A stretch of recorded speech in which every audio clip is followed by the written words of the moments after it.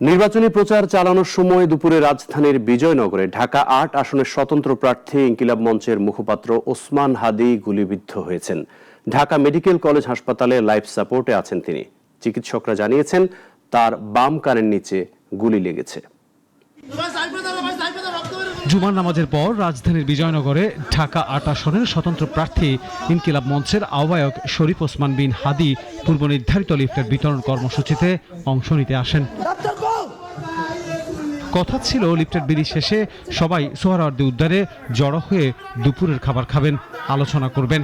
এরই মধ্যেই বেলা ২:৩০টায় Bijoynagar box culvert এলাকায় মোটরসাইকেলে আসা হামলাকারীরা হাদিকে গুলি করে পালিয়ে যায়। তাৎক্ষণিক আনা হয় ঢাকা মেডিকেলের জরুরি বিভাগে।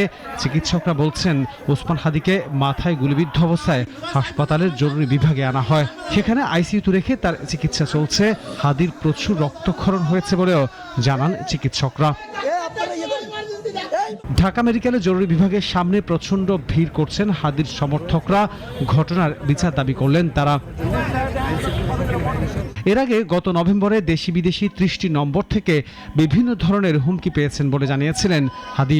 গেল ১৪ নভেম্বর এক ফেসবুক পোস্টে তিনি জানিয়েছিলেন তাকে হত্যা, তার বাড়িতে আগুন সহ তার মা, বোন, স্ত্রীকে ধর্ষণের হুমকি দেওয়া হয়েছে। হাদির উপর হামলার ঘটনায় তীব্র ক্ষোভ প্রকাশ করেছেন ডাকসু, ভিপি, এনসিপি সহ বিভিন্ন রাজনৈতিক সংগঠনের নেতারা। হাদির মতো তাদের জীবনও শঙ্কার মধ্যে আছে জানিয়ে এই ঘটনার সুষ্ঠু বিচার দাবি করেন তারা।